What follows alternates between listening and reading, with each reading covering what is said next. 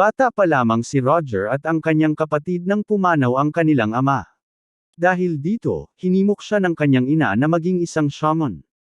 Sigurado raw ito na may kakayahan siya, kaya't paprotektahan siya ng mga espiritu. Binalaan siya ng kanyang ina, kung hindi niya pipiliin ang landas na ito, daranas siya ng matinding sakuna. Kaya't pinilit siyang pag-aralan ang relihiyosong aspeto ng shamanismo, tula, mahika, at mga bagay na hindi pa niya kailanman nalaman noon. Ngunit sa murang edad pa lamang, alam na ni Roger kung ano talaga ang gusto niya sa buhay. Hindi siya interesadong sundin ang aral ng kanyang ina, kaya inilaan niya ang buong oras niya sa pag-aaral ng agham. Lumipas ang 10 taon, naging bahagi na siya ng lipunan bilang isang siyentipiko. Ngunit isang araw, nasagasaan siya ng sasakyan at namatay. Mahirap paniwalaan, ngunit tama ang kanyang ina, hinabol siya ng kapahamakan. Ang pinakanakakagulat pa ay ang kanyang muling pagkabuhay. Noon lang niya napagtanto na hindi nag-iisa ang buhay at ang lahat ng sinabi ng kanyang ina ay totoo. Pagkatapos ng kanyang kamatayan, natutunan niyang may mga bagay na mauunawaan mo lamang kung personal mong mararanasan. At ngayon, sa pagbabalik ng alaala niya, tinanong niya ang kanyang sarili kung ano nga ba ang ginagawa niya sa kasalukuyan. Bigla siyang bumaba ng kamay at pinatong ito sa pahina ng aklat na nasa harapan niya. Mabilis niyang inihayag na magsisimula na ang aralin, sabay anunsyo na ipagpapatuloy nila ang paggawa ng isang magic circle. Isa na siyang guro sa Academy of Magic, isang serye ng mga pangyayari ang nagdala sa kanya rito. Ilang panahon ang nakalipas, sa isang istasyon ng tren, naglalakad ang mga tao, abala sa kani-kanilang usapan. Isa-isang pumapasok ang mga pasahero sa loob ng bagon, ipinapakita ang kanilang tiket sa konduktor bago sumakay. Ang konduktor naman ay bumati ng ligtas na paglalakbay sa isang pasahero, at saka binati ang kasunod na nilapitan siya. Inabot ng lalaki ang kanyang tiket, at matapos itong suriin, nagpasalamat ang konduktor at muling nagpaabot ng ligtas na biyahe. Pagkatapos, pumasok ang lalaki sa tren habang patuloy sa pag-inspeksyon ang konduktor. Mahigpit na pinisil ng pasahero ang kanyang kamao, inaalala na ang kanyang pwesto ay nasa ika-4 na upuan, ika-4 na bagon, at ika-3 kompartimento. Sa wakas, natagpuan niya ang kanyang tamang upuan at sa kanyang pagpasok, nakita niya si Gerard na tahimik na nakaupo at abala sa pagbabasa ng dyaryo. Nagulat si Gerard nang makita ang kanyang bagong katabi at binati ito. Tumango naman si Roger Selesy bilang sagot. 1:57 Ilang sandali pa, gumalaw na ang tren at nagsimulang bumiyahe. Habang nasa kalagitnaan ng paglalakbay, itinaas ni Roger ang kanyang paningin mula sa librong binabasa at napatitig sa dyaryong hawak pa rin ni Gerard. Napansin niya ang isang headline, ang digmaang sibil sa kaharian ng Timog ay natapos na, at nagwagi ang panig ng prinsesa. Umiti siya at inihayag na sa wakas ay natapos na ang digmaan. Tumingin sa kanya si Gerard nang may bahagyang pag-aalinlangan, bahagyang pinaikit ang mga mata, bago tuluyang sumang-ayon, sabay sabing totoo nga ang kanyang sinabi. Inamin ni Gerard na siya man ay matagal ding naghintay kung kailan matatapos ang digmaan. Samantala, naalala ni Roger na kamakailan lamang ay masigasig na nagre-recruit ng mga sundalo ang panig ng prinsipe. Sa kabila nito, natuwa siya na hindi nagtagal ang giyera. Bigla siyang may naalala at agad na humingi ng paumanhin kay Gerard, napansin niyang hindi pa pala niya ipinakilala ang sarili. Kaya't sinabi niya ang kanyang pangalan.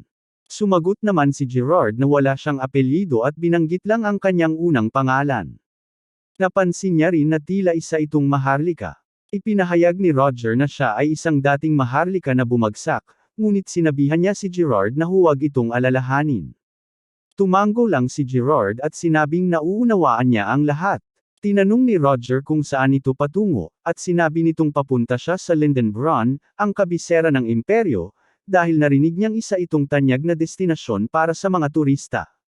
Umiti si Roger at inamin na talagang kilala ang Exilian Empire sa kanilang makabagong teknolohiya sa mahika, kaya't siguradong marami itong kahangahangang tanawin. Siya naman ay patungo sa Lille upang sumali sa Thin Academy. Nagulat si Gerard sa sinabi niya at napansin nitong napakabata pa ni Roger, kaya inakala niyang isa itong napakahusay na espesyalista. Napakamot ng ulo si Roger at sinabi niyang hindi naman siya ganoon kagaling, swerte lang siya. Sinabi ni Gerard na maraming tao ang nangangarap na mapunta sa posisyon niya at dapat niya iyong ipagmalaki. Napangiti si Roger at nagpasalamat sa mga salitang iyon. Pagkatapos, ibinalik niya ang usapan sa digmaan at tinanong kung narinig na ba ni Gerard ang isang tiyak na tsismis. Ipinaliwanag niya na may isang mandirigma mula sa panig ng prinsesa na palaging nananalo sa labanan. Ayon sa iba, wala itong karanasan sa mahika o mataas na ranggo sa mga kabalyero. Isa raw itong lagalag na mersenaryo na tinatawag na Machiavelli. Tumango si Gerard, at saka tumawid ng braso sa kanyang dibdib. Napansin ni Roger na hindi ito masyadong nagulat, kaya't tinanong niya kung bakit. Inamin ni Gerard na inakala niyang tsismis lamang iyon, ngunit ang totoo, si Machiavelli ay isang mandirigmang gumagala sa mundo upang hanapin ang isang misteryosong bagay. At ang pangalang iyon ang ginamit niya sa kanyang nakaraang buhay. Sa wakas, hinayla ni Gerard ang atensyon ni Roger at tinanong ito kung totoo bang magiging guro siya sa Thin Academy. Tumango si Roger at nilinaw na siya ang magiging tagapagturo ng mga estudyanteng nasa ikalawang taon. Taking gulat ni Gerard sa narinig, hindi niya akalaing magsisimula agad si Roger bilang guro ng mga mas advanced na mag-aaral. Napatingin siya kay Roger, tila may gustong sabihin, ngunit bigla siyang natigilan. Napansin ni Roger ang kanyang kakaibang reaksyon kaya agad siyang nagtanong kung may problema. Sa halip na sumagot, tumingin si Gerard sa bintana ng tren at sinabing maghintay si Roger. May sasabihin na sana siya nang biglang may isang napakalakas na pagsabog. Nayanig ang buong tren. Napasigaw si Gerard habang si Roger naman ay nauutal na nagtanong kung ano ang nangyayari. Sumabog ba ang makina? Agad na sumagot si Gerard na imposible iyon, dahil may proteksyon ng mahika ang makina ng tren. Ngunit maya-maya, napakunot-noo siya at tila may naisip. Napagtanto niyang ito ay isang patibong. Hindi maintindihan ni Roger kung bakit may gagawa ng ganito. Inisip naman ni Gerard na malamang ay nais nilang looban ang tren upang nakawan ang mayayamang mangangalakal o maharlika. Kung gumamit sila ng pagsabog, nangangahulugan na tiyak na may isang salamangkero sa kanilang hanay. Sa seryosong tinig, sinabi niya kay Roger na kailangan nilang magtago o bumaba agad ng tren. Ngunit pinigilan siya ni Roger. Hintay muna, aniya. Titingnan ko muna ang sitwasyon. Isinuot niya ang kanyang sombrero, saka nagtungo sa pintuan ng kompartimento. Lumingo-lingo siya sa paligid, sinusuri ang loob ng bagon. Wala siyang nakitang ibang tao sa ika-4 na bagon. Mabilis siyang lumabas patungo sa koridor, sinusundan siya ni Gerard habang inaalam nila kung ano nga ba talaga ang nangyayari. Napakunot-noo si Gerard at nagtanong kung ligtas ba ang ibang mga pasahero. Agad namang sinabi ni Roger na may proteksyon ng mahika ang mga kompartimento, ngunit nagbabala si Gerard na hindi yun sapat na garantiya. Delikado pa rin silang manatili sa loob kung sakaling ang mahika ng tren ay katulad ng ginamit ng mga tulisan upang pasabugan ito. Tinanong ni Roger kung tama bang mula sa ikatlong bagon nanggaling ang pagsabog. Hindi niya maintindihan kung bakit wala pa roon ang mga tulisan. Sagot naman ni Gerard, kung siya ang nasa posisyon ng mga tulisan, mas pipiliin niyang pumunta sa unang bagon. Bigla namang naalala ni Roger na doon nakasakay ang mga pasaherong nasa first class, kaya napagtanto niyang napakaswerte nila na wala sila roon. Iminungkahi ni Gerard na lumabas sila sa likurang bahagi ng tren at maghintay na lamang sa pagdating ng mga bantay sa hangganan. Ngunit bago pa sila makagalaw, isang tulisan ang lumitaw sa bintana gamit ang isang lubod. Gamit ang bilis mula sa kanyang pagtalon, sinipa niya ng malakas ang bintana, dahilan upang mabasag ito. Nagkalat ang bubog sa lahat ng direksyon, at napasigaw sina Gerard at Roger habang agad silang napaatras. Tumayo si Roger sa harapan ni Gerard, tinatakpan ito, saka mahigpit na iniutos, manatili ka sa likuran ko. Matamang tumitig ang tulisan sa kanila, habang si Gerard ay mabilis na pinag-aralan ang kanyang itsura. Mukhang bagbog sarado ka na, puna nito. Napangiwi si Roger habang pinagmamasdan ang lalaki, nananatiling alerto. Ngunit biglang inilabas ng tulisan ang isang punyal at sumugod sa kanila. Agad na kumilos si Roger, mabilis na ikinumpas ang kanyang kamay. Sa isang iglap, nabuo ang isang bugzo ng enerhiyang mahika sa kanyang palad at pinakawalan ito patungo sa tulisan.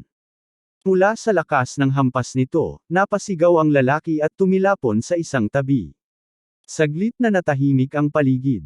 Pagkalipas ng ilang segundo, bumasag sa katahimikan ang boses ni Gerard. Napatay mo ba siya? Umiling si Roger. Hindi, sagot niya. Hindi siya makakagalaw sa loob ng ilang minuto. Lumapit siya sa lalaking nakahandusay sa sahig. Nag-aalalang sinubukan siyang pigilan ni Gerard, nagbabala na baka mapanganib ito, ngunit kalmado lang na sumagot si Roger, ayos lang, magtatanong lang ako. Itinutok niya ang kanyang tungkod sa tulisan. Sabihin mo sa akin, bakit kayo nandito sa bagon na ito? Ngunit imbes na sumagot, umubo lang ang lalaki, at biglang napahalakhak. Hindi kita binigyan ng pahintulot para tumawa, malamig na sabi ni Roger. Sumagot ka, ngunit hindi siya pinansin ng tulisan. Sa halip, galit itong sumigaw, dumi kayong lahat. Uubusin ko kayong lahat. Bigla niyang binuksan ang kanyang pangitaas, inilantad ang isang pampasabog na nakatali sa kanyang dibdib. May timer ito, at 1 segundo na lang ang natitira bago sumabog. Nang mapagtanto ni Gerard ang nangyayari, agad niyang tinawag si Roger. Tumakbo ka. Nagpatigas ng panga si Roger, mariing tumitig sa pampasabog, at sa sumunod na sandali, isang napakalakas na pagsabog ang yumanig sa bagon. Sumabog ang naglalagablab na apoy, nagpakawala ng usok at naglilipar ang mga baga sa lahat ng direksyon. Unti-unting kumalat ang init, winasak ang paligid. Ilang saglit pa, unti-unting hamupa ang apoy, at sa ere, usok na lamang ang natira. Napasigaw si Gerard habang bumagsak siya sa sahig, tinakpan ang kanyang ulo ng kanyang mga kamay. Dahil dito, nagawa niyang makaligtas sa matinding pagsabog. Nang makaahon siya mula sa pagkakahiga, agad niyang hinanap si Roger. Roger, ayos ka lang ba? Tanong niya, ngunit bigla siyang napahinto. Nanlaki ang kanyang mga mata nang mapansin niyang wala na ang tulisan, wala rin si Roger. Sa harapan niya ay isang malaking butas sa dingding ng tren kung saan dapat ay naruroon sila kanina. Dahan-dahan siyang lumapit sa gilid ng butas at sumilip palabas. Roger, mahina niyang bulong. Ramdam niya ang hapdi sa kanyang pisngi kaya't hinawakan niya ito, saka napangiwi ng mapansing may bahaging natuklap ang kanyang balat. Napakunot noo siya, napabuntong hininga, at naalala niyang ang suot niyang damit ay gawa pa naman sa espesyal na tela. Walang magawa, hinayla niya ang kanyang maskara at tuluyang tinanggal ito, isiniwalat ang kanyang tunay na anyo. Muli siyang napabuntong hininga, saka napailing. Bakit ba lagi akong nadadawat sa ganitong klaseng kaguluhan? Tanong niya sa sarili. Wala namang partikular na dahilan kung bakit napili niya ang pangalang Mav-Eli, kinuha lang niya ito mula sa isang tanyag na tao sa kanyang nakaraang buhay. Kailangan niyang ganap na burahin ang kanyang nakaraang pagkatao upang maiwasan ang mga mapanganib na sitwasyon habang naglalakbay sa mundo. At ang katauhan ni Machiavelli ang ginamit niyang pananggalang para magawa ito. Isa iyong mahirap na araw. Habang inaalala niya kung paano siya nakaligtas mula sa isang madugong labanan, naisip niyang masyado siyang nakatawag ng pansin, kahit na dapat ay itinago niya ang kanyang pagkatao. Sa kabutihang palad, nagtagumpay ang prinsesa at ang kanyang mga kawal, kaya't nagkaroon siya ng pagkakataong magtago. Nang magluwag ang seguridad, mabilis siyang sumakay sa tren papuntang Lindron. Ngunit ngayon, napapikit siya at napailing. Seryoso ba ito? Hindi niya maintindihan kung bakit palaging may nangyayaring ganito sa kanya. Kinuha niya ang walang silbing maskara ni Gerard at itinapon ito sa labas ng tren. Kasabay nito, sa kanyang isipan, binulungan niya si Roger ng, magpahinga ka na ng payapa. Napaisip siya, may isang tao ang nagplano ng pag-ataking ito sa mismong liwanag ng araw. Hindi niya inasahan na magpapasabog ng bomba ang tulisan, dahil hindi yun gawain ng karaniwang magnanakaw. Ang ganitong klase ng pagpapasabog ay isang kilos ng isang sira-ulong may intensyong patayin ang lahat ng sakay ng tren. Dahil dito, napagtanto niyang hindi ang mga pasahero ang target, kundi ang tren mismo. Biglang pumasok sa bagon ang isang empleyado ng tren, namutla ito nang makita ang pinsala at agad na lumapit. Ginoo, ayos lang po ba kayo? Hindi sumagot si Roger. Sinipat ng konduktor ang nawasak na bahagi ng bagon, saka kinabahang nagtanong, anong nangyari dito? Tumingin si Roger sa kanya, saka malamig na sinabi, inatake ang tren. May mga armadong tulisan. Nanginginig ang konduktor sa narinig. Saan sila ngayon? Papunta sila sa unang bagon, sagot ni Roger, saka binalaan ito. Huwag kang makialam kung ayaw mong madamay.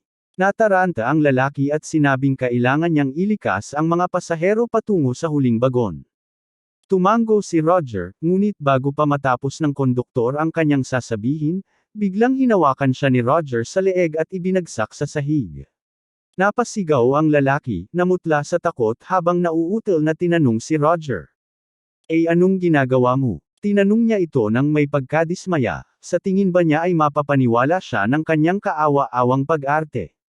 Sinabi niyang hindi basta-basta inaatake ng mga tulisan ang mga tren na dumadaan, lalo pat may proteksyong mahika na hindi naman kusang nawawala. Isa iyong mahirap na salamangka na hindi magagawa ng walang tulong mula sa isang taong may alam sa mekanismo nito.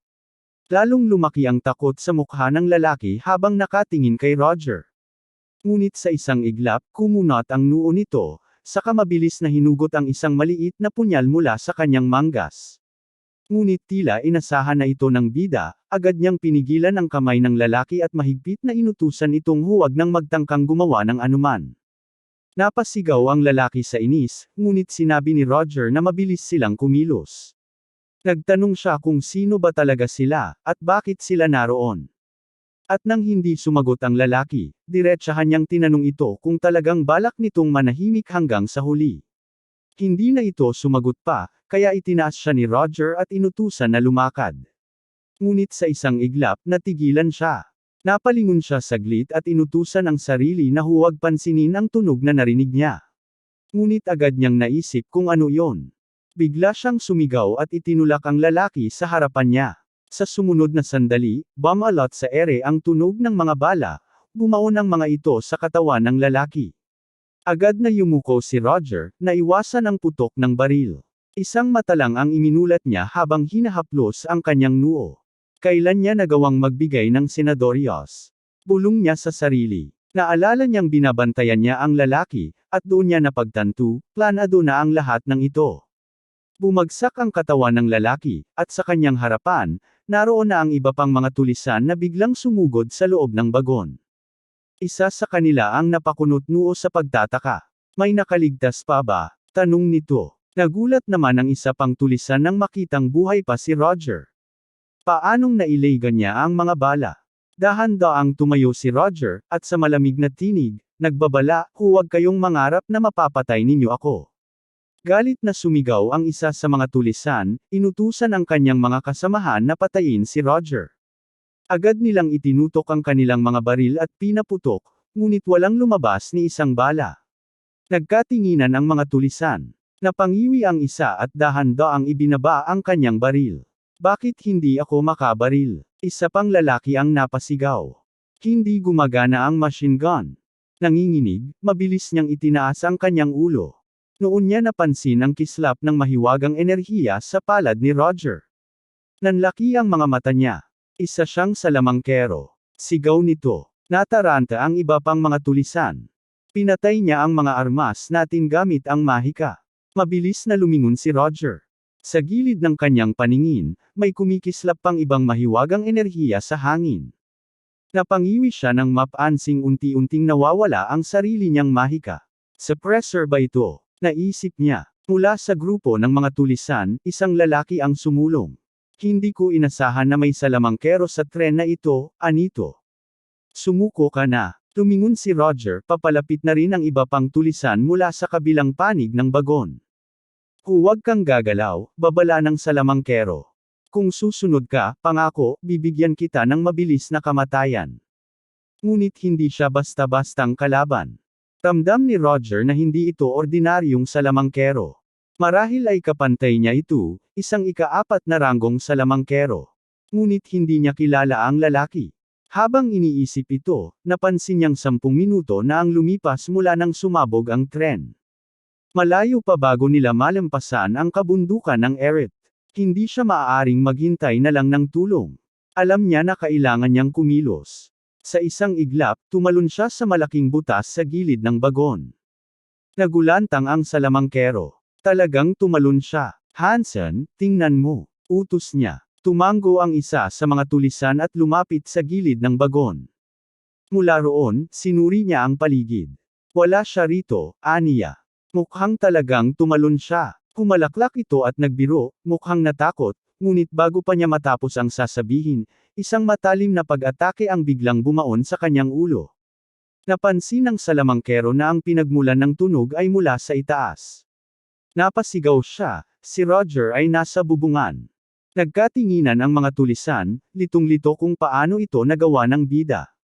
Inisip nilang gumamit siya ng mahikang paglipad, ngunit lalo lang silang namangha. Posible ba talaga iyon habang mabilis na umaandar ang tren? Manahimik na kayo at hanapin siya. Sigaw ng salamangkero. Ipaalam sa iba na isa siyang salamangkero. Hindi natin maaaring gamitin ang lahat ng ating lakas laban sa kanya. Agad namang sumunod ang mga tulisan. Iniwan ng ilan ang lugar, habang ang iba naman ay nanatili roon. Mabilis nilang tinutok ang kanilang mga baril sa bubungan ng tren at walang habas na nagpaputok. Habang tumatakbo at umiiwas sa ulan ng bala, napasigaw si Roger sa inis. Ngunit mabilis namang natukoy ng salamangkero ang direksyon ng kanyang paggalaw. Papunta siya sa likod ng tren. Bilisan ninyo. Sigaw niya. Nang makarating ang mga tulisan sa pinto ng susunod na bagon, wala na silang panahong buksan ito. Boom! Isang napakalakas na pagsabog ang umalangaw. Naitapon sila sa ere, kasabay ng kanilang mga sigaw ng pagkabigla. Nang bumagsak sila sa sahig, mabilis nilang nilainggan ang kanilang mga kasamahan, wala na ang ilan sa kanila, nilamon ng matinding pagsabog. May bitag ba siya rito? Bulalas ng isa, nanginginig sa takot. Hindi nila maintindihan kung paano ito nagawa ni Roger ng ganoon kabilis. Samantala, pinagmasdan ng salamangkero ang mga pangyayari, napapaisip. Iba siya sa mga salamangkero na nakasalamuhan niya noon. Ang husay at bilis ng kilos niya ay nasa ibang antas. Hindi siya parang isang tipikal na salamangkero, mas mukha siyang isang mangangasu, o baka isang bearang mandirigma. Bigla nilang narinig ang isang matalim na tunog, lahat ng tulisan ay napahinto, tila may malamig na hangin na dumaan sa kanilang mga likuran, napalawak ang mga mata ng salamangkero, pagkatapos ay napamura siya, tinatanggal niya ang mga bagon, napagtanto niyang hindi balak ni Roger na lumaban sa kanila ng harapan, mabilis siyang tumakbo palabas ng bagon, ngunit sa sandaling makalabas siya, isang nakakasilaw na liwanag ang bumungad sa kanya, hindi ang susunod na bagon ang nakita niya, kundi ang kabilang bahagi ng tren na unti-unting lumalayo, nagkatinginan ang mga tulisan, nagagawa ba talaga yun? Sigaw ng isa, napasigaw sa galit ang salamangkero, naunahan niya tayo, isang lalaki ang napamura, hindi natin siya mahahabol, hindi tayo maaaring tumalon mula rito. Ngunit hindi pa tapos ang laban, muli, isang kakaibang enerhiya ang lumaganap sa paligid, biglang nanlamig ang salamangkero, ano tong nakakakilabot na lakas, tanong niya sa sarili.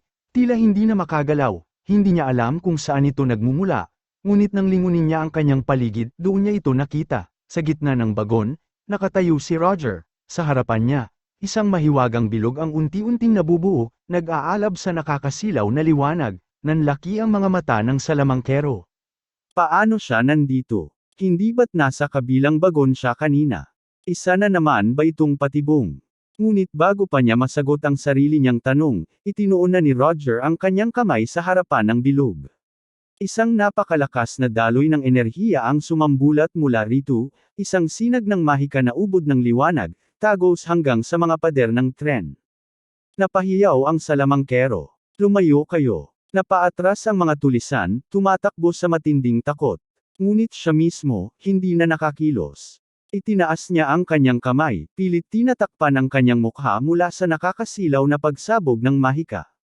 Makalipas ang ilang sandali, nang tuluyang maglaho ang mahika, laminggo-linggo si Roger sa paligid. Nakita niya ang mga patay na tulisan na nagkalat sa harapan niya. Akala niya'y tapos na ang lahat, ngunit napansin niyang may isa pang nakatayo. Ang salamangkero. Sa kabila ng matinding pinsalang natamo nito, nananatili pa rin itong buhay. Hindi makapaniwala si Roger. Paano ka pa rin nakatayo? Napangisi ang salamangkero, halatang galit na galit. Ano bang iniisip mo, ha? Bakit mo ginawa to? Hindi niya maintindihan kung bakit kailangang patayin ni Roger ang lahat ng tao roon. Wala ka bang konsensya? Single niya. Napatingin si Roger sa kanya, tila nag-iisip. Nanlilisik ang mata ng salamangkero. Alam mo ba kung sino ang pinatay mo? Mga patriotiko silang lumalaban para sa kapayapaan. Napabuntong hininga si Roger. Mas baliw pa pala ito kaysa sa inakala niya. Talaga, sagot niya, malamig ang boses. Hindi ba't kayo ang unang nagtangkang patayin ako? Napailing siya. At ngayon, may gana ka pang sisihin ako. Itinuro niya ang mga nakahandusay na katawan. Sabihin mo yan sa kanila, sa mga hindi na humihinga. Nagpatuloy siya. Ikaw mismo ang nagsabi kanina, hahanapin mo ako para patayin. Napangisi siya. Nakakaawa ka. Kung tutuusin, pwede kitang patawarin. Pero ang problema, kilala mo na ako ngayon. Kung bibigyan kita ng pagkakataong mabuhay, uulitin mo lang ang lahat ng to. Dahan-daang hinakbang ng salamangkero ang isang paa, tila may sasabihin pa, ngunit bago pa niya mabigkas ang kahit isang salita. Isang matalim na hiwa ng yelo ang biglang dumaan sa kanyang katawan. Napatigil si Roger, hindi agad nakapagsalita. Napakurap siya, saka lang napansin ang isang figure na pumasok sa bagon sa pamamagitan ng isang butas sa dingding. Si Veronica, ang Diablo. Dahan-daang bumagsak ang katawan ng salamangkero sa sahig. Napatitig si Roger sa kanyang mga labi na nakalahad, tila may nais pang sabihin. Ngunit wala nang lumabas na tunog. Okay ka lang ba? Tanong ni Veronica habang pinagmamasdan siya. Nilingon siya ni Roger, ngunit bago pa siya makasagot, ngumiti si Veronica. Huwag kang mag-alala. Nandito na ang Knights of Cold Steel. Biglang napaungol sa galit ang natitirang mga tulisan. Hindi pwede. Paano nakarating na ang mga knights? Sigaw ng isa, panicked habang agad nilang itinutok ang kanilang mga baril. Agad silang nagpaputok, ngunit nagulat sila nang makita nilang lumilipad ang mga kabalyero sa ere, kahit na napakabagsik ng panahon. Isa sa mga kabalyero ang mabilis na nagpatayo ng isang mahikang kalasag. Tumama rito ang mga bala, ngunit kahit isa ay hindi sumapit sa kanya. Kasabay nito, nilikha niya ang isang mahikang atake sa kanyang palad at mabilis na sumugod palapit sa mga tulisan. Napalunok ang isa sa takot. Sandali, ngunit huli na. Sa isang iglap, ginamit ng kabalyero ang enerhiya ng kanyang atake upang mapabilis ang kilos niya. Isang malakas na suntok ang sumalubong sa tulisan, dahilan upang tumilapon ito papalayo. Mabilis siyang bumaling sa isa pang tulisan na nanginginig na sa takot.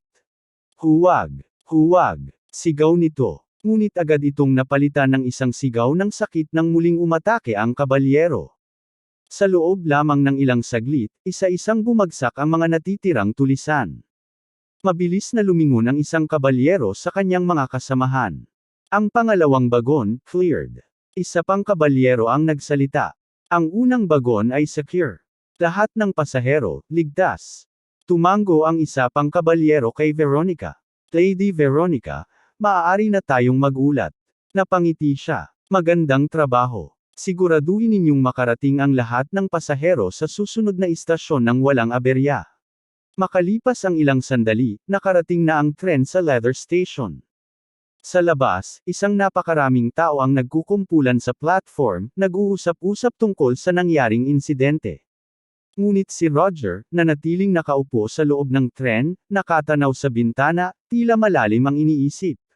Biglang bumukas ang pinto ng kanyang kompartimento. Pumasok si Veronica. Kamusta ka? Tanong niya. Nasugatan ka ba ng mga terorista? Tumingon si Roger sa kanya, saka mahinahong sumagot. Ayos lang ako. Salamat sa Knights of Cold Steel. Umiti si Veronica, halatang nakahinga ng maluwag. Mabuti naman. Bahagya siyang tumawa. Mukhang dapat pala nagpakilala ako agad. Ipinatong niya ang kanyang palad sa dibdib. Ako si Veronica. Tumango si Roger bilang tugon at akmang magsasalita, ngunit bago pa siya makapagsalita. Paumanhin, biglang may boses na pumukaw sa atensyon nila. Parehong napalingon sina Roger at Veronica. Isang lalaking lumapit sa kanila. Napatingin si Veronica sa kanya. May kailangan ka ba? Tanong niya. Bahagyang iniunat ng lalaki ang kamay niya bilang pagbati. Kayo po ba ang komandante ng Knights of White Steel? Tumango si Veronica. Lieutenant Veronica, sagot niya. Ipinakita ng lalaki ang kanyang pagkakakilanlan. Ako si Ramos mula sa Leather Vault Police Department. Nagpalipat-lipat ang tingin niya sa dalawa.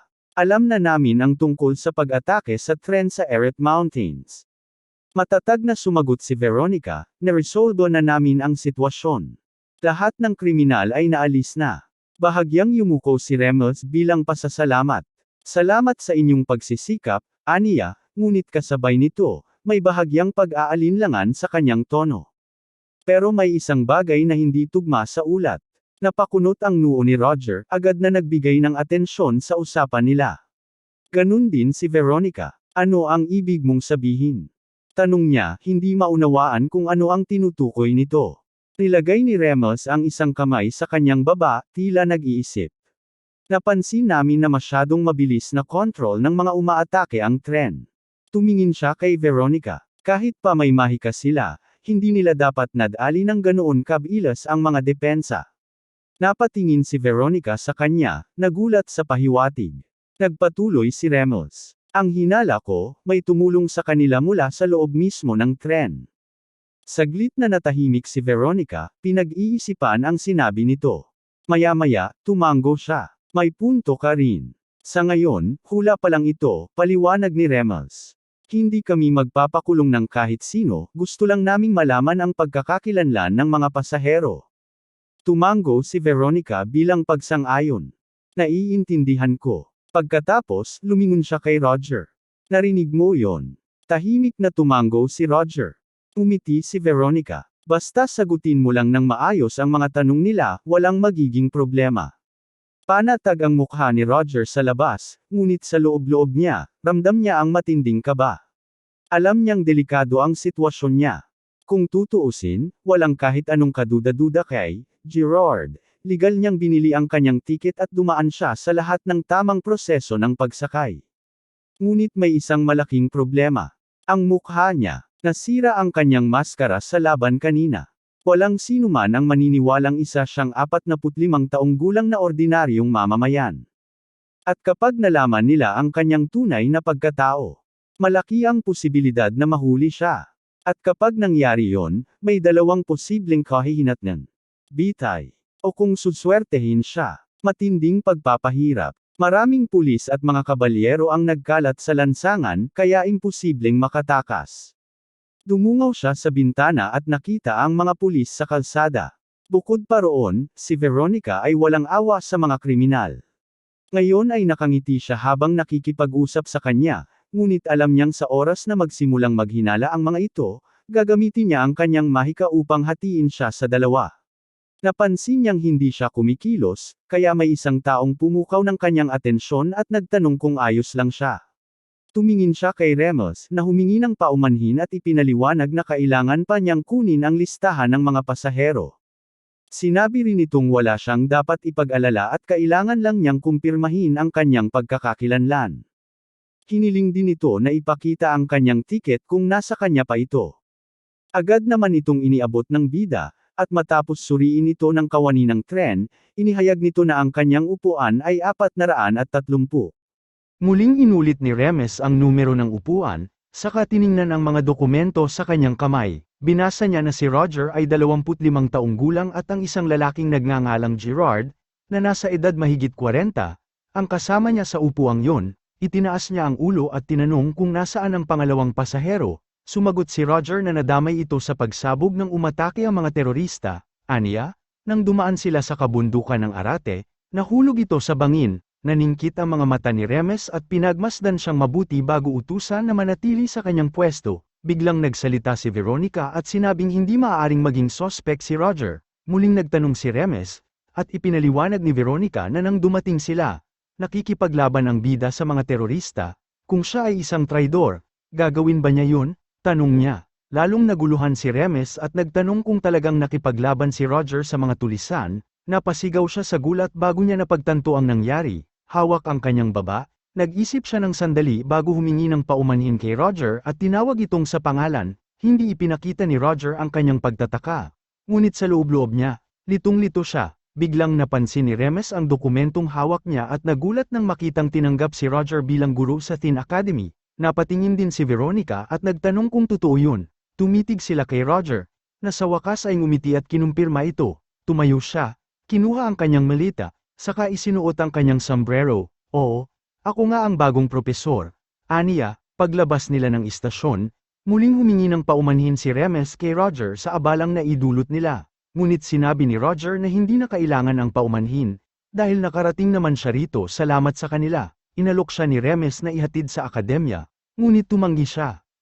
Ang kinabukasan ng ating imperyo ay nasa iyong mga kamay, paano kita hindi may hahatid?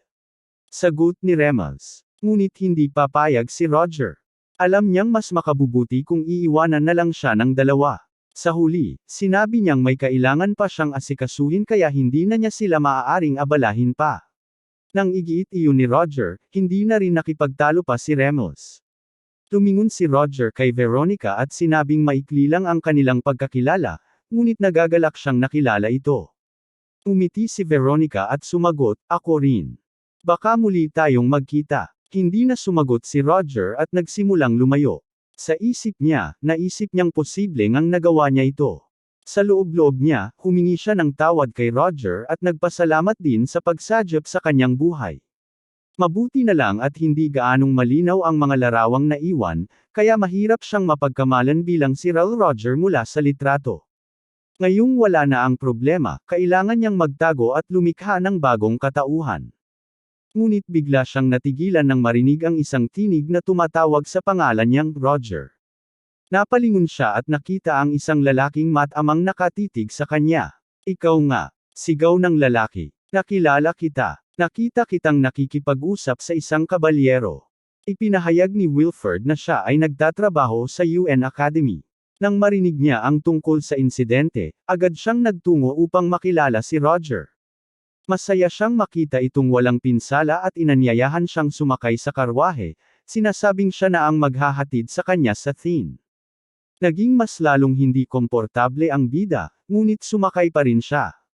Makalipas ang ilang sandali, sinimula ni Wilford ang pagmamaneho sa mekanikal na kabayo. Nakalapat ang baba ni Roger sa kanyang magkahawak na mga kamay habang iniisip niyang hindi ito magandang senyales. Hindi isang karaniwang empleyado ang inatas ang salubungin siya ng akademya. Napansin niyang matipuno ang pangangatawan ni Wilford, at higit sa lahat, hindi man lang niya namalayang nasa tabi na niya ito kanina. Ibig sabihin, malamang isa itong kabalyero. Alam niyang kung tatakas siya gamit ang isang walang kwentang palusot, lalo lamang siyang pagmamasdan ni Wilford. Mas mainam nang ipagpaliban muna niya ang pagtakas. Sa ngayon, si Gerard ay itinuturing ng patay, isang multo sa bansang ito. Kung bigla siyang mawala, walang makakapansin. Dahil dito, natuwa siyang mayroon na siyang bakal na hukbo na maaaring gamitin. Hanggat hindi pa dumadating ang tamang oras, mabubuhay muna siya bilang si Roger. Makalipas ang ilang saglit, nagbabala si Wilford na nakarating na sila. Ito ang Teen, Aniya. Pagpasok sa lupain ng akademya, nagulat si Roger sa kanyang nakita. Hindi niya inaasahang ganito kalawak ang nasasakupan ng paaralan. Tumigil ang karwahe at hinintay ni Wilford na bumaba siya. Dadalhin kita sa rektor, dagdag nito. Ipagkakatiwala mo na sa akin ang iyong bagahe. Habang papalapit sila sa gusali ng akademya, dinala ni Wilford si Roger sa isang partikular na silid. Pagpasok sa opisina, sinabi ni Roger ang kanyang pangalan at ipinaalam na dumating siya sa utos ng rektor. Nasa harap ng mesa si Elisa Willow, nakangiti habang nakatingin sa kanya. Matagal na kitang hinihintay, Aniya. Ipinakilala niya ang kanyang sarili bilang direktor ng Fyan Academy. Tinanong niya kung maayos lang si Roger. Ipinaliwanag niyang narinig niya ang tungkol sa pag-atake ng mga terorista. Tumugon naman si Roger na maayos ang lahat, dahil dumating agad ang Order of the Night para tumulong. Masaya si Elisa sa narinig. Pumikit siya habang magkasamang ipinagdikit ang kanyang mga palad. Buti naman, Aniya. Kung ikaw ay nasaktan, maaapektuhan din kami. Napakunot noo si Roger. Hindi niya maintindihan kung paano ito makapagsalita ng hayagan tungkol sa posibleng negatibong epekto sa akademya. Hindi niya mauari kung bakit tila hindi ito akma sa sitwasyon. Ngunit higit pa rito, may isang bagay na bumabagabag sa kanya mula nang pumasok siya sa silid. Iniisip niyang baka guni-guni lang niya ito. Ngunit napaisip siya, nakilala na kaya siya ni Elisa noon. Tinitigan niya ang kanyang ngiti, tinatansya kung may alam na ito tungkol sa kanyang tunay na pagkatao. Maya-maya, muling nagsalita si Elisa. Ngayon, nagkita na tayo sa wakas, aniya na may kasamang papuri. Napakatangkad at gwapo mo pala. Nang marinig ito, napagpasyahan ni Roger na hindi pa siya natutuklasan. Umiti siya at nagpasalamat kay Elisa sa papuri, kahit alam niyang maaaring dahil lang ito sa formalidad.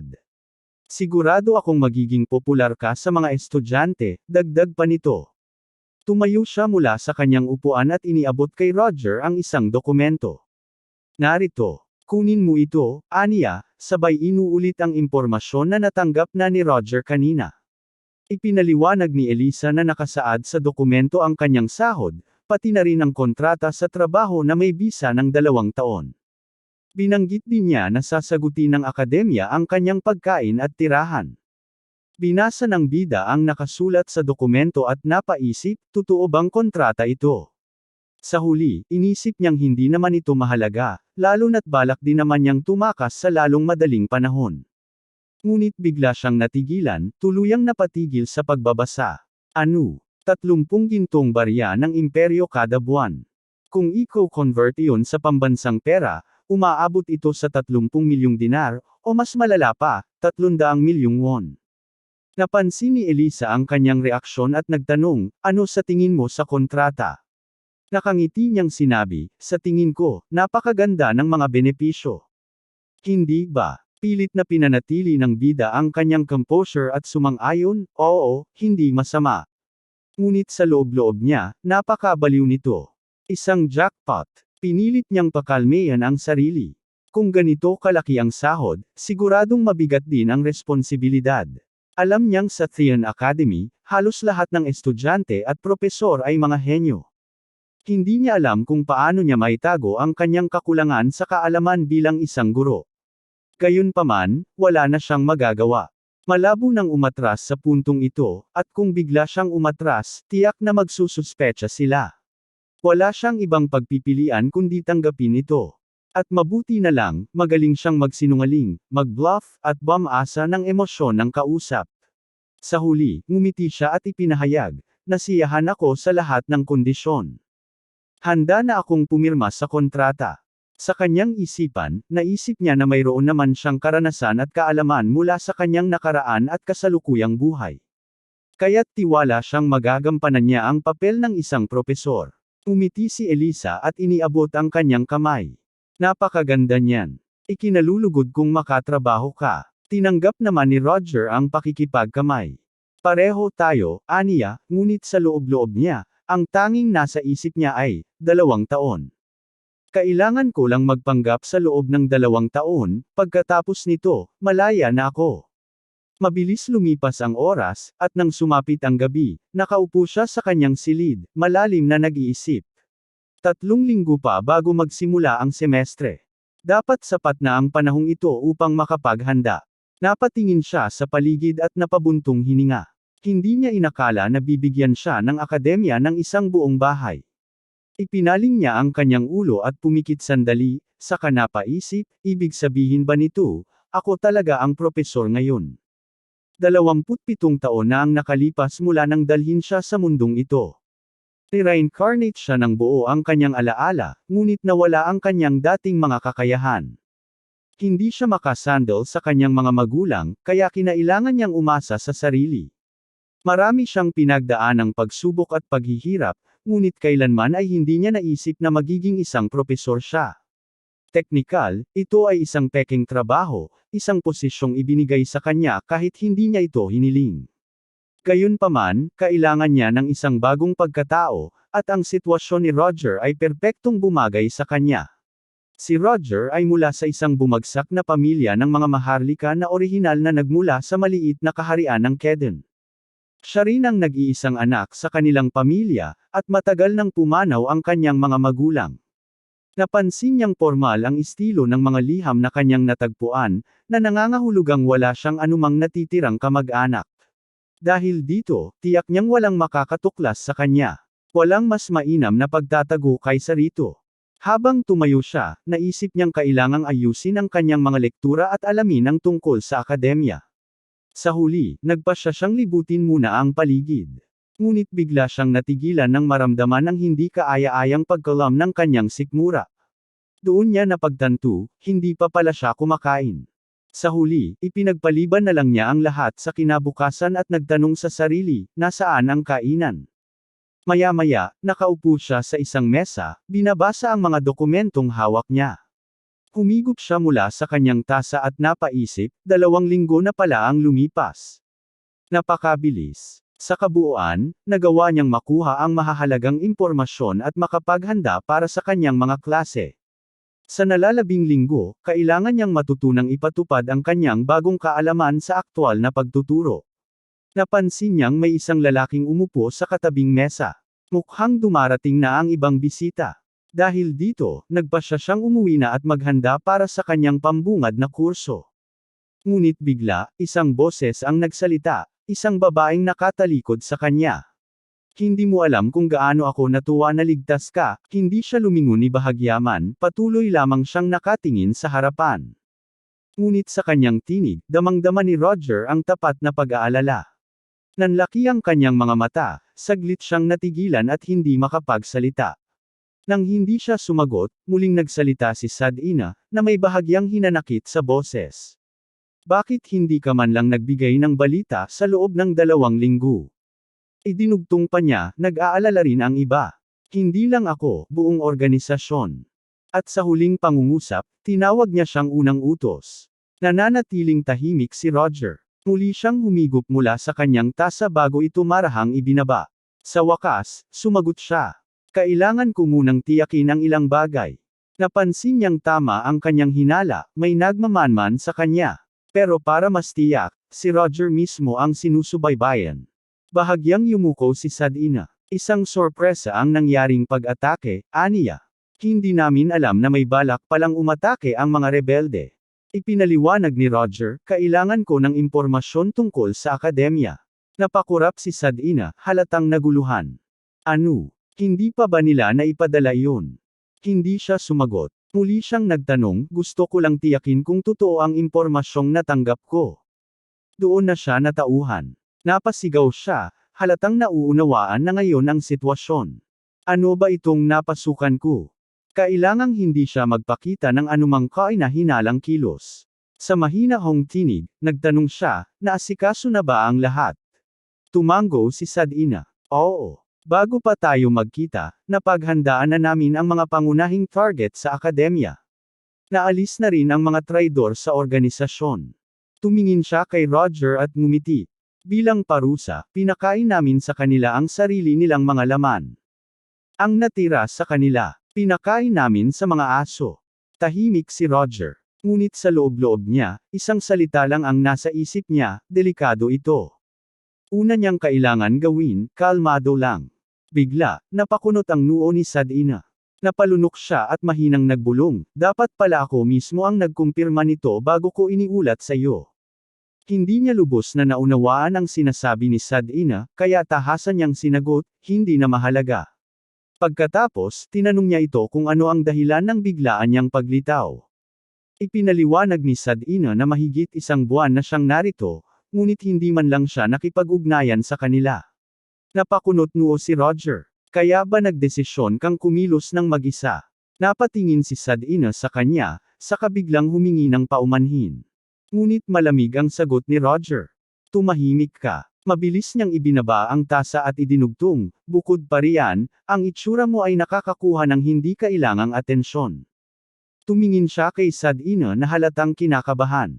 Nakakairita ka. Gusto mo bang mabuko tayo rito? Napansin niyang matalim ang reaksyon nito sa kanyang mga salita. Dahil doon, nakumpirma niya, takot ito sa kanya. Dahan-daang ipinatong ni Sad-ina ang nanginginig niyang mga palad sa kanyang tuhod. Samantala, ipinatong naman ni Roger ang kamay sa kanyang mukha at napabuntong hininga. Sige, nakikinig na ako.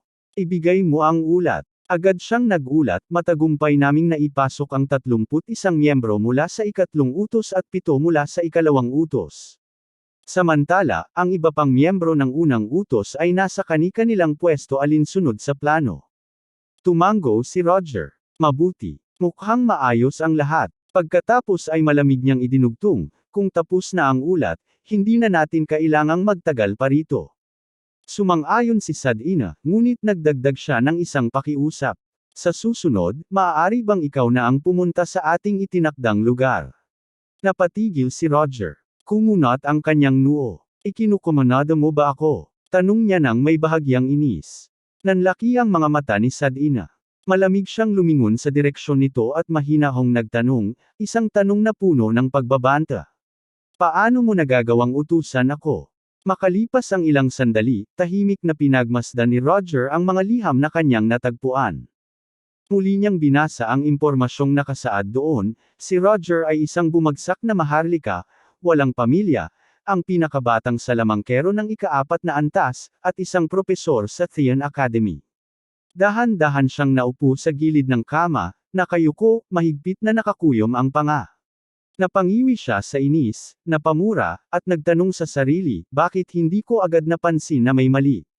Sa papel, perpekto ang katauhan ni Roger, sadyang nilikha para hindi maging kainahinala. Kung hindi ganito ang pagkakagawa, imposibleng makapasok siya sa akademya. Lahat ng liham na kanyang natagpuan ay tila may kakaibang forma. Napabuntong hininga siya, muling napamura, at ipinatong ang mga kamay sa ulo. Pagkatapos, tumingin siya sa magarang kisame, sa kamarahang humiga sa kama, nakapikit. Nagkamali ako ng tansya. Hindi niya pa rin lubos na matanggap na nadala siya ng sarili niyang padalos-dalos na kilos. Matapos ang ilang sandali, muling tinignan ni Roger ang mga liham at umupo sa mesa. Napansin niyang ginamit ni Roger ang wikang Kodan upang i-encode ang mensahe. Agad na naging kakaiba ang estruktura ng mga pangungusap, ngunit hindi niya agad inisip na may kaugnayan ito sa unang utos, ang grupong inatas ang makapasok sa akademya, magpakilala, at magulat ng impormasyon. Pero hindi lang ito ang bumabagabag sa kanya. Muling pumikit si Roger at nag-isip ng malalim. Mas lalo ko lang hindi ito maintindihan habang iniisip ko. Paano namatay ang pinuno ng isang sekretong organisasyon sa isang simpleng pag-atake ng mga terorista? Pagdilat niya, isang mapait na ngiti ang gumuhit sa kanyang mukha. Si Roger ay isa sa pinakamalalakas na miyembro ng organisasyon. At ipinadala siya sa akademya bilang isang especially.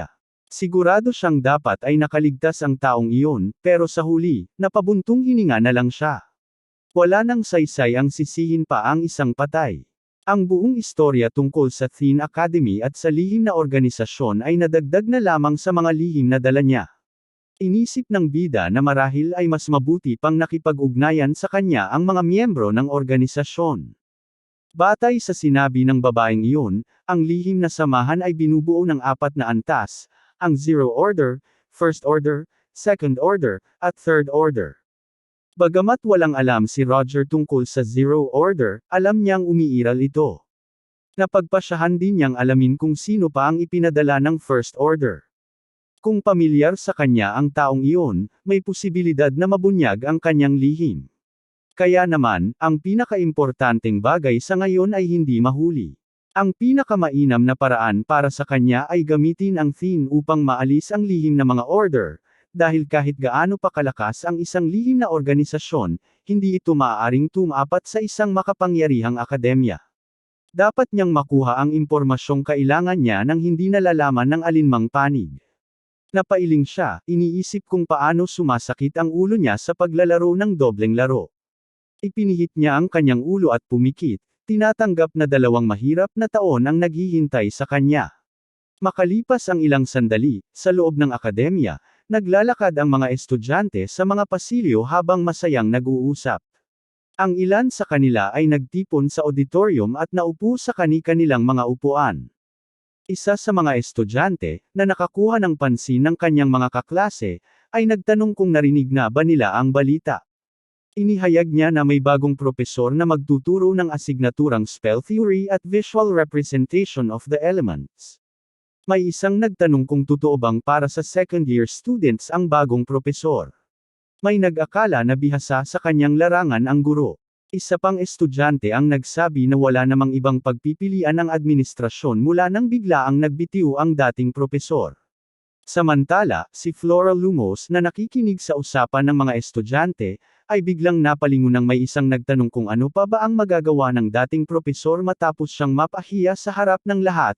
Isang estudyante ang nagpakita ng higit na kakayahan kaysa sa kanya. Lumapit si Cheryl kay Flora at inisip na marahil ay siya ang tinutukoy ng mga ito. Pumikit siya at mahina niyang tinanong kung ano ba ang nagawa niya. Ipinaliwanag niyang ipinakita lang naman niya sa propesor na may mga kakulangan ang kanyang mga teknik sa mahika. Tumango si Cheryl bilang pagsang-ayon ngunit hindi na lamang siya nagsalita pa. May isang estudyanteng nagsabi na ang bagong propesor ay may natatanging reputasyon, dahil nakapagsulat na ito ng napakaraming ulat habang isa pang opisyal sa militar. May isang lalaki namang nag-akala na iginagalang ang lalaking ito at hindi lang isang karaniwang guro. Biglang sumigaw ang isa pang estudyante, tinatanong kung may iba pa silang nalalaman. Sinabi niyang ang propesor na ito ay isang bumagsak na trustee. Dahil dito, natawa ang iba at napagtanto nilang wala na silang dapat ipag-alala sa kanilang mga grado. Napalingon si Flora at napabuntong hininga. Iniisip niya kung paano napakadali para sa iba na gumawa ng mga conclusion. Sa tingin niya, isa iyong kalokohan. At sa mismong sandaling iyon, pumasok si Roger sa silid-aralan, tahimik ngunit may awtoridad. Umakyat siya sa maliit na hagdang patungo sa lugar kung saan siya tatayo. Bigla niyang ipinalo ang kanyang palad sa mesa, agad na nakakuha ng atensyon ng mga estudyante. Ako ang bago ninyong propesor, aniya, ipinakilala ang kanyang sarili bilang si Roger. Dagdag pa niya, ikinagagalak ko kayong makilala. Tinitigan niya ng seryoso ang mga estudyanteng tila natulala sa pagkabigla. Napansin niyang wala pa silang formal na schedule kaya bago simulan ang pangunahing paksa, nagbigay muna siya ng ilang anunsyo. Ipinaliwanag niya na siya ang magtuturo sa kanila ng mahika, ngunit hindi magiging pangkaraniwan ang estruktura ng kanilang mga klase. Bukod sa teorya, bibigyang din ng praktikal na aplikasyon ng mahika. Dagdag pa niya, hindi lamang ang mga estudyante sa ikalawang taon ang maaaring dumalo, pati ang mga nasa unang taon ay maaaring sumali sa kanyang klase. Nagsimula ng magbulungan ang mga estudyante, ngunit agad niyang tinaas ang kamay upang patahimikin sila. Alam kong hindi kayo natutuwa sa ganitong sistema, aminado niyang sinabi, ngunit huwag kayong mag-alala, pareho lang ang magiging bigat ng ating aralin. Biglang may isang estudyanteng nagtaas ng kamay. Maaari ba naming malaman kung bakit ninyo pinaghalo ang mga klase? Tanong nito. Matalim ang titig ni Endo Van Exelian kay Roger habang hinihintay ang sagot. Saglit siyang nag-isip, parang pamilyar sa kanya ang mukha ng estudyanteng ito. Ngunit sa halip na ipahalata ang kanyang pag-aalinlangan, malakas niyang sinabi, bilang guro, tungkulin kong tiyakin na may matututunan ang lahat, anuman ang kanilang antas. Kasabay nito, nagbabala siya na huwag silang umasa sa pangkaraniwang klase. Hindi naiintindihan ni Alenda ang ibig niyang sabihin, kaya nagtanong ito, ano ang ibig ninyong sabihin, Propesor? Umiti si Roger ng bahagya at sumagot, hindi ba't mas nakakabagot kung agad kung ilalantad ang lahat ng aking lihim? Napayuko si Alenda, tila hindi alam kung paano sasagot. Pagkatapos, inanunsyo ni Roger, kung interesado kayo, magkikita-kita tayo sa susunod na klase. Ngunit bago matapos, may isa pa siyang gustong linawin. Kung iniisip ninyo na makakakuha kayo ng mataas na marka nang hindi nagsisikap dahil bago lamang ako rito, maaaring mabaigo ko kayo, seryoso niyang sabi. Tumitig siya sa mga estudyante na tila kinabahan sa kanyang matalim na tingin. Sa isip-isip niya, mas gugustuhin niyang kakaunti lang ang magpatuloy sa klase niya. Mas madaling magturo kung mas kaunti ang estudyante. Alam niyang masasaktan ang pride ng mga nasa ikalawang taon kung ilalagay sila sa parehong antas ng mga unang taon. Bukod pa roon, hindi niya rin maintindihan kung sino ang gugustuhing manatili sa kanyang klase kung mahirap ito. Sa huli, malakas niyang sinabi, yun lang muna para sa ngayon. May tanong ba? Walang sinuman ang nagsalita. Tahimik silang nakatingin sa kanya, marahang sinusuri ang presensya niya. Napansin nilang bumibigat ang enerhiyang pinapalabas ni Roger, at inisip nila na maaaring epekto ito ng kanyang nakaraang trabaho bilang isang opisyal. Ayon sa mga bulong-bulungan, si Roger ang pinakabatang salamangkero na umabot sa ika-4 na ranggo. Marami ang nagtataka kung totoo nga ito. Maraming tanong ang mga estudyante, ngunit wala ni isa ang naglakas loob na magtanong. Napangiti si Flora habang inilagay ang kamay sa kanyang baba, nag-iisip. Samantala, opisyal nang inanunsyo ni Roger na kung wala ng mga katanungan, formal na niyang idinideklara ang pagbubukas ng semestre. Makalipas ang ilang sandali, lumabas siya sa pasilyo. Pumikit siya at ngumiti ng may kasiyahan, iniisip na wala man lang nagtanong sa kanya. Inasahan niyang may ilan na magpapalalim ng usapan o magtatanong tungkol sa kanya, ngunit tila walang naglakas loob. Sa isang banda, mas mabuti ito para sa kanya, kahit pa hindi na niya nagamit ang mga sagot na inihanda niya ng maaga. Ngunit bigla siyang napaisip. Kumunot ang kanyang noo, sinabihan ang sarili na huwag munang maging kampante. Posible kayang sinadya ng mga estudyante ang pananahimik nila. Dapat ba siyang naging mas palakaibigan? Inilagay niya ang kamay sa kanyang baba at nanatiling nakatayo roon, malalim na nag-iisip. Biglang bumalik siya sa huwisyo nang mapansin niyang kusa ng lumalayo ang mga estudyante sa daraanan niya. Tahimik silang tumabi, binibigyang daan siya sa pasilyo habang kalmado siyang tinitingnan. Napaisip siya kung nagkataon lang ito o may ibang dahilan. Bago pa siya tuluyang lamunin ng kanyang isipin, isang boses ang nakakuha ng kanyang atensyon. Magandang araw, bati ng isang estudyante. Lumingon siya at nakita si Selena. Ikaw ba ang bagong propesor? Tanong nito bago ipinakilala ang sarili. Masigla nitong sinabi na ikinagagalak siyang makilala si Roger at idinagdag na unang araw din niya sa akademya bilang guro. Doon na lamang niya napagtanto ang totoong sitwasyon. Ngumiti siya at sumagot, mutual ang pakiramdam. Selena, may gusto ka bang itanong? Tumango si Selena. Oo, gusto kong malaman kung nakakain ka na ng tanghalian. Ilang sandali pa, sa labas ng akademya, may isa pang bumati sa kanya. Ikinagagalak kitang makilala. Wika nito, iyon ay si Bro, na nagtuturo sa mga estudyante kung paano magpatawag ng mga golem. Katabi niya si Matilda, na nagpakilala rin. Ako ang namamahala sa charms at hallucinations, pati na rin sa curse at dispelling magic. Paliwanag ni Matilda. Tumango si Roger, bahagyang ngumiti, at ipinakilala ang sarili. Ako ang nagtuturo ng teorya at praktikal na aplikasyon ng mahika. Napaisip siya kung ito ba ang opisyal na pagpupulong ng mga bagong propesor upang mas makilala ang isa't isa. Napansin niya na pasimpleng sinusuri siya ng dalawa. Mukhang mas gwapo ka pala sa malapitan, biro ng isa sa kanila. Napangiti si Roger at bahagyang tumango.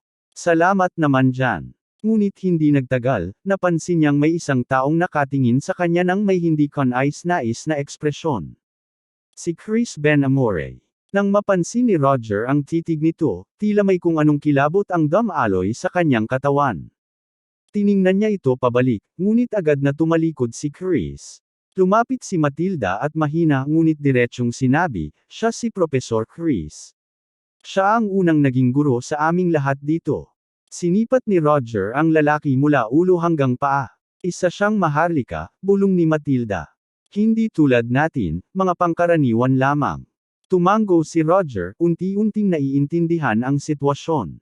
Kung hindi bibilanggan ang sarili niya sa mga bagong propesor, isang maharlika at 3 pangkaraniwang tao ang nasa grupo nila. Ngunit kahit na iba-iba ang kanilang estado sa buhay, iisa ang malinaw, sila ang pinakamahuhusay sa kani-kanilang larangan. At kung ganoon, mataas ang posibilidad na may isang miyembro ng First Order sa kanilang hanay. Pinagmasdan niyang muli si Chris.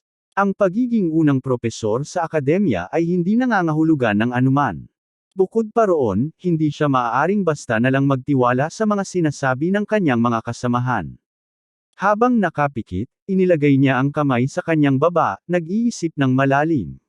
May mali rito, at kailangan niyang alamin kung ano iyon. Napabuntong hininga si Chris, halatang may pagkainis. Hindi ko na kayang manatili rito, aniya, halatang nadidismaya. Inamin niyang interesado siyang makita ang mga bagong guro. Ngunit sa huli, sila'y pawang mga pangkaraniwang tao lamang, at isang bumagsak na maharlika. Sinulyapan niya si Roger nang may matalim na tingin bago idinagdag, kung sakali mang may mangyari, huwag niyo akong isama sa grupo niyo. Magkakaiba tayo ng mundo. Agad na napakunot noo si Matilda, halatang hindi nagustuhan ang sinabi nito. Ang pagiging maharlika mo ay hindi dahilan para maliitin kami. Madiin niyang sagot. Tumingin siya kay Roger at sinabihan itong huwag na lang pansinin si Chris. Umiti si Roger at kalmadong sumagot, ayos lang. Kung ayaw niyang sumama, mas mabuting magpatuloy tayo nang wala siya. Sumang-ayon sina Sad-ina at Bro, nagustuhan ang ideya. Habang naglalakad sila patungo sa tamang lugar, napaisip si Roger, sa kabila ng lahat, dapat siyang matuwa na may makakasama siya sa hapunan ngayong gabi. Pagsapit ng gabi, nag-uusap-usap ang mga estudyante gamit ang isang espesyal na panel. Isa sa kanila ang nagtanong, narinig niyo na ba ang tungkol sa bagong propesor na si Roger? May ilan na agad sumagot, sinasabi nilang siya ang pinakabatang salamangkero na umabot sa ika-4 na antas. Bukod pa roon, isa rin siyang opisyal ng militar, dagdag ng isa pa. At nakilahok siya sa pangangaso ng mga cryptid, sabi naman ng isa, halatang interesado. Isa pang estudyante ang nagtanong, totoo kaya lahat ng yan? Samantala, si Sad-ina, na kasalukuyang nagtatype sa panel, ay may iba namang iniisip. Hindi ko hahayaang mabaigo ang unang leksyon ni Roger. Sigurado siyang dapat mas maraming estudyante ang dumalo sa kanyang klase.